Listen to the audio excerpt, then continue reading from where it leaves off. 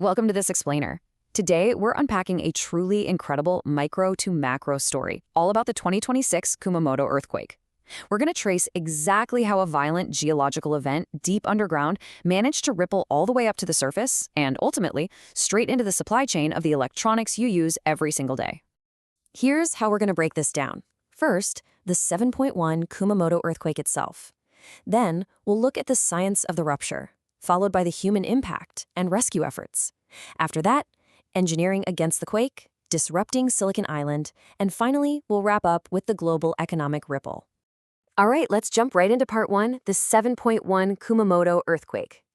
Picture this. It's the afternoon of July 28, 2026, and a massive 7.1 magnitude earthquake suddenly hits Kumamoto Prefecture. In just a matter of seconds, it unleashes an absolutely incredible amount of energy, sending these violent shockwaves right across the region. Now, early reports actually pegged it at a 6.8, but the sheer, deep-seated intensity at the epicenter quickly proved it was a lot stronger than that.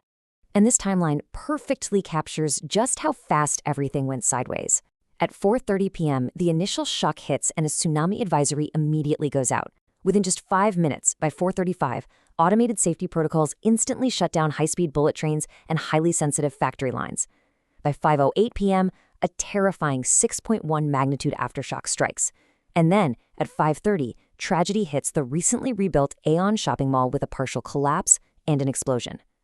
All of that chaos unfolded in just a single hour.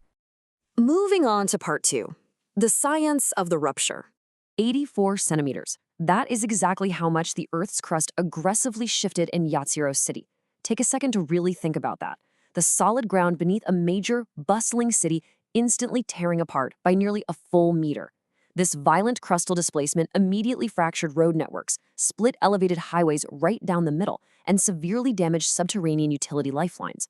Now, what's really wild is that despite the overall 7.1 magnitude, localized shaking actually reached what's called Shindo 7. For context, that is the absolute maximum level on Japan's seismic intensity scale. We're talking about peak ground acceleration exceeding 0.6 G. At this terrifying level of kinetic violence, unreinforced masonry completely fails, and people are literally thrown through the air by the force of the shaking alone. So why was this specific quake so uniquely disruptive? Well, it mostly comes down to depth. The fault rupture, which is where the Philippine sea plate slides beneath the Eurasian plate, was incredibly shallow, sitting just 10 to 30 kilometers down. Because of that, the seismic energy had virtually zero distance to dissipate before it slammed into the surface. That triggered intense shear waves and a massive, massive risk of soil liquefaction, especially in the coastal alluvial soils.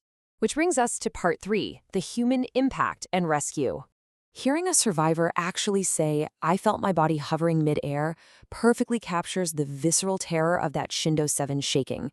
It is honestly hard to fathom experiencing that level of kinetic force, a force that tragically caused up to 30 fatalities, trapped shoppers in malls, and even collapsed massive industrial chimneys at a local paper mill.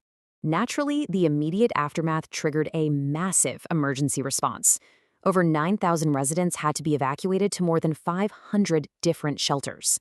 Nearly 50,000 households were completely plunged into darkness without power, and 140,000 lost access to running water. Prime Minister Suneo Takeichi literally called the overnight rescue a race against time. You had 3,600 military personnel navigating fractured roads, constant aftershocks, and sweltering 35 degrees Celsius heat just to find those trapped in the rubble. Okay, part four, engineering against the quake. This is where the story takes a bit of a hopeful turn. When you compare this event to the 2016 Kumamoto quake a decade prior, the difference is absolutely staggering. 2016 saw massive structural devastation, thousands of collapsed buildings, and 275 fatalities.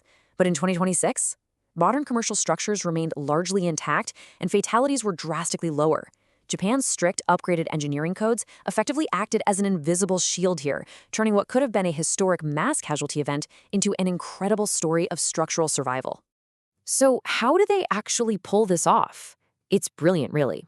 Modern Japanese commercial buildings literally decouple themselves from the earthquake. Step 1, they place massive shock absorbers, like elastomeric rubber bearings, right under their foundations to absorb lateral shear forces. Step 2, they use active mass dampers. These are essentially giant moving weights on the roofs that counterbalance the sway and cancel out resonant frequencies.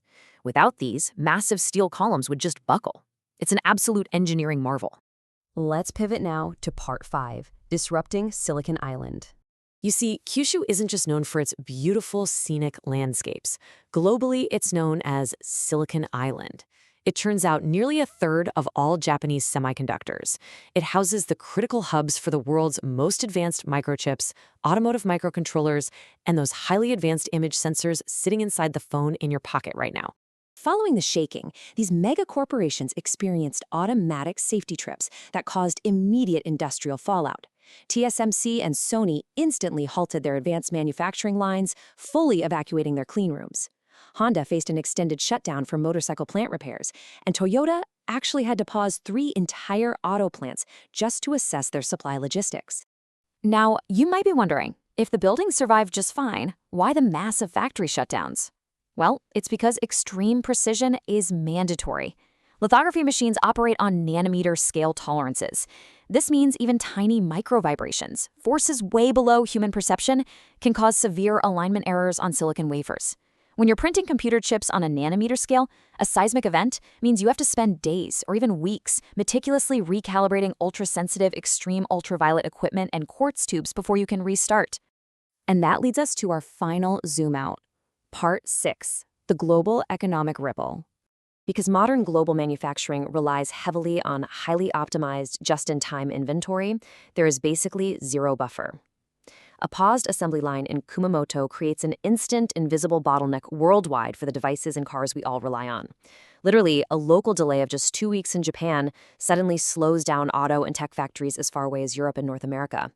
Simultaneously, global reinsurance markets get hit with massive business interruption claims, while local government short-term debt spikes to quickly fund emergency recovery. It's all connected. Which leaves us with this final provocative thought. Are our highly optimized, hyper-connected global supply chains simply too fragile for a restless Earth? Ultimately, while brilliant structural engineering saved tens of thousands of lives here, this quake leaves us with a pretty stark reminder of our hidden tech vulnerabilities, making you wonder just how prepared we truly are for the next big one.